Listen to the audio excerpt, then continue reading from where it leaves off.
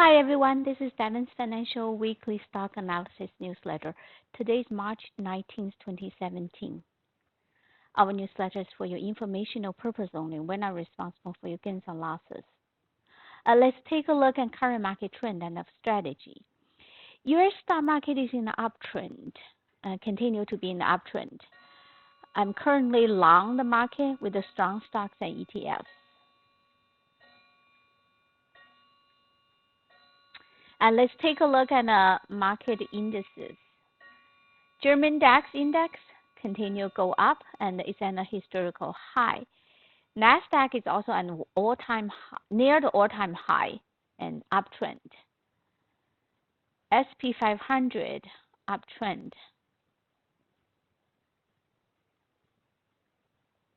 Gold rebounded very sharply, but we have to watch out, see if gold can revert to the previous uptrend or it just hit the resistance and come down. We have to see.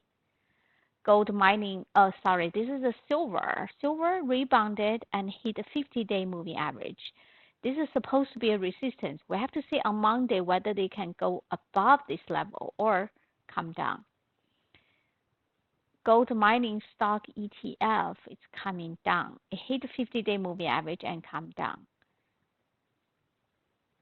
Crude oil rebounded, but now it's on the resistance level. So expecting they come down.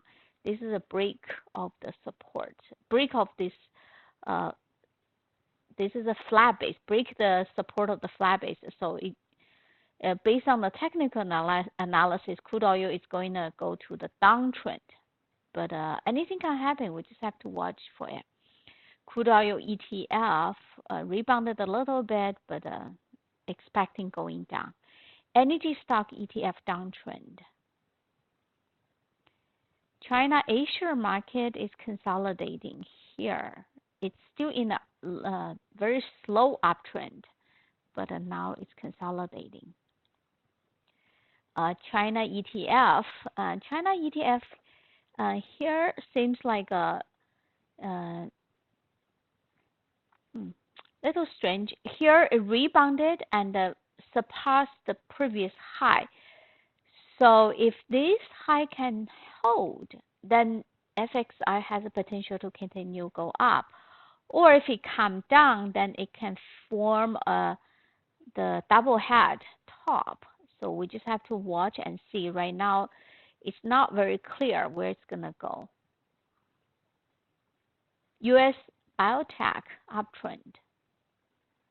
U.S. real estate ETF rebounded here, but rebounded to 50-day moving average. It could be a potential resistance and could potentially come down. Airline stock ETF, this may be turning to the downtrend here. Copper price rebounded and seems like it stands above 50-day moving average. If it can hold for another few days, then copper has the potential to go up. Otherwise, it can just break down. Social media network uptrend. This is a clear uptrend. Solar stock looks like it's about to roll over again. Utility ETF uptrend. Let's take a look at stocks. We have the stocks. We have two lists. One is stocks in a buy range. Another is stocks are too extended out of buy range. So-called buy range is you find a breakout pivotal point. Any stock which is within 5% above the breakout pivotal point, that is a buy range. If the stock is more than 5% above a breakout pivotal point, then it's out of the range, out of the buy range, meaning they're too extended. The risk is higher when you buy stock more than 5% from the breakout pivotal point. But it doesn't mean, sometimes I may chase it, but I just adjust position size, use a very, very small position to buy if the stock is already too high, and then still set my stop order and to protect myself in case the stock comes down. So let's take a look at stocks within the buy range. We have this list. This is the same as last week. I add NVIDIA and the VEEV and listed the pivotal point, breakout pivotal point here. And then the second list is the stocks out of the buy range. That's the same as last week. And we should take a look at the first list. Stock is still within the breakout pivotal point. Alibaba here. Alibaba breakout pivotal point 104.67. It's 10 cents above here. So right now, it's still within the buy range, but it's already officially broke out. Marvell 16.47. So it broke out and then pulled back. So it's still within the buy range. Nucor, NUE. Nucor 65.5. That's a 10 cents above this high here. It's a cup with a handle base. So right now it's within the buy range. This volume is very nice. So when the stock break out from the base, cup with a handle base or flat base or whatever base, you want to see a decent volume. That's the indication institution is buying this stock. So that's a good volume. NVIDIA was a very big winner last year, and this year it doesn't do so well. It pulled back and forming a base.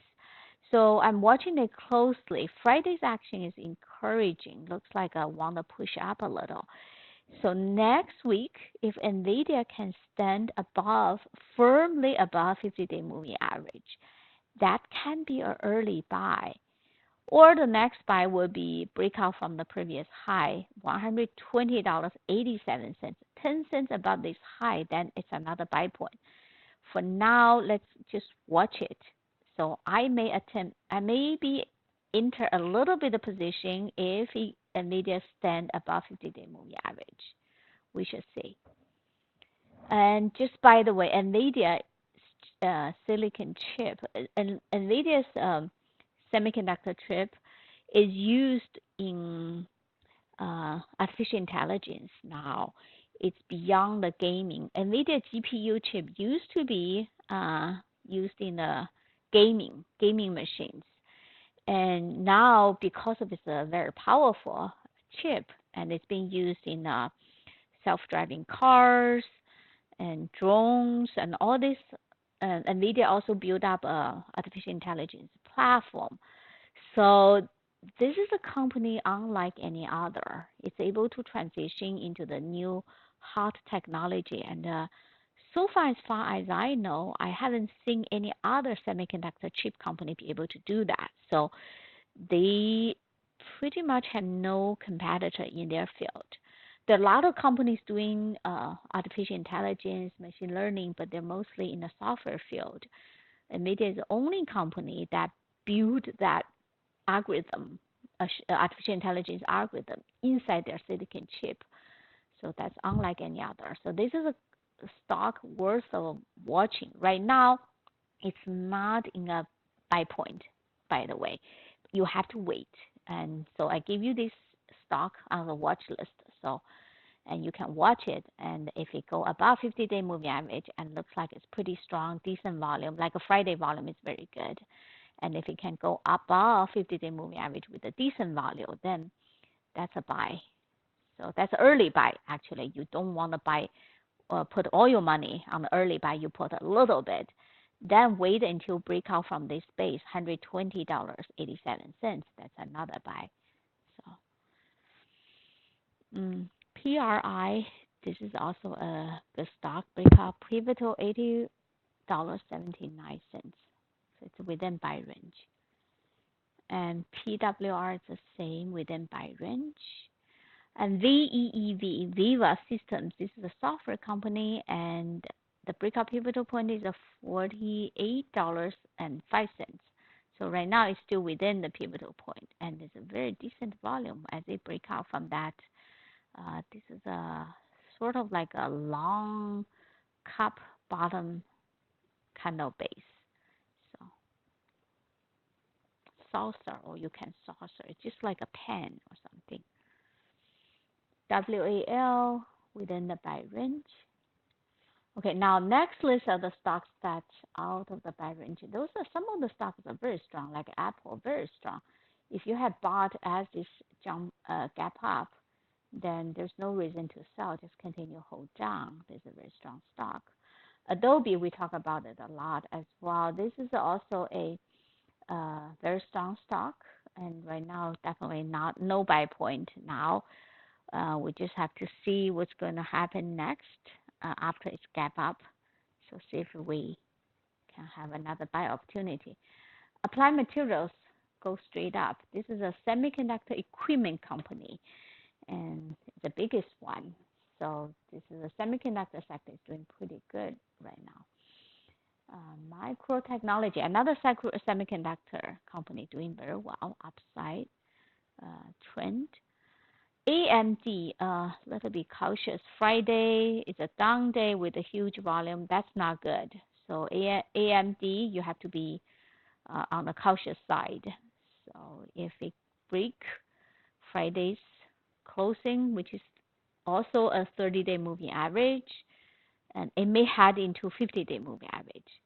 And see if it can find support around 50-day moving average. If it doesn't, then it's dangerous. If it actually does find support like this one, then it becomes a buy opportunity again. What to do in this market? Continue long the market, and market is in an uptrend. This is a bull market. If you stay out of the market, then you're missing out. So there are many ways to long this market. You can long the market with individual stocks, or if you don't like to pick the stock, you don't know which stock to buy, and just long the market with the index ETF, index mutual fund, and just cannot afford to stay out. But even if you're long with the index ETF, you need to have a stop order just in case market correct and come down. You have your own risk tolerance, and you put it there and see if I can tolerate, for example, 2% of my total account. Then you see where is the support level of that ETF you bought or stock you bought, and use that to calculate your position size for how much you will buy. So that's the idea. So always have a stop order, no matter what you buy, whether you buy an index ETF or stocks, have a stop order. So in the case that market comes down, and you just get out. That'll be all for this week. See you next week.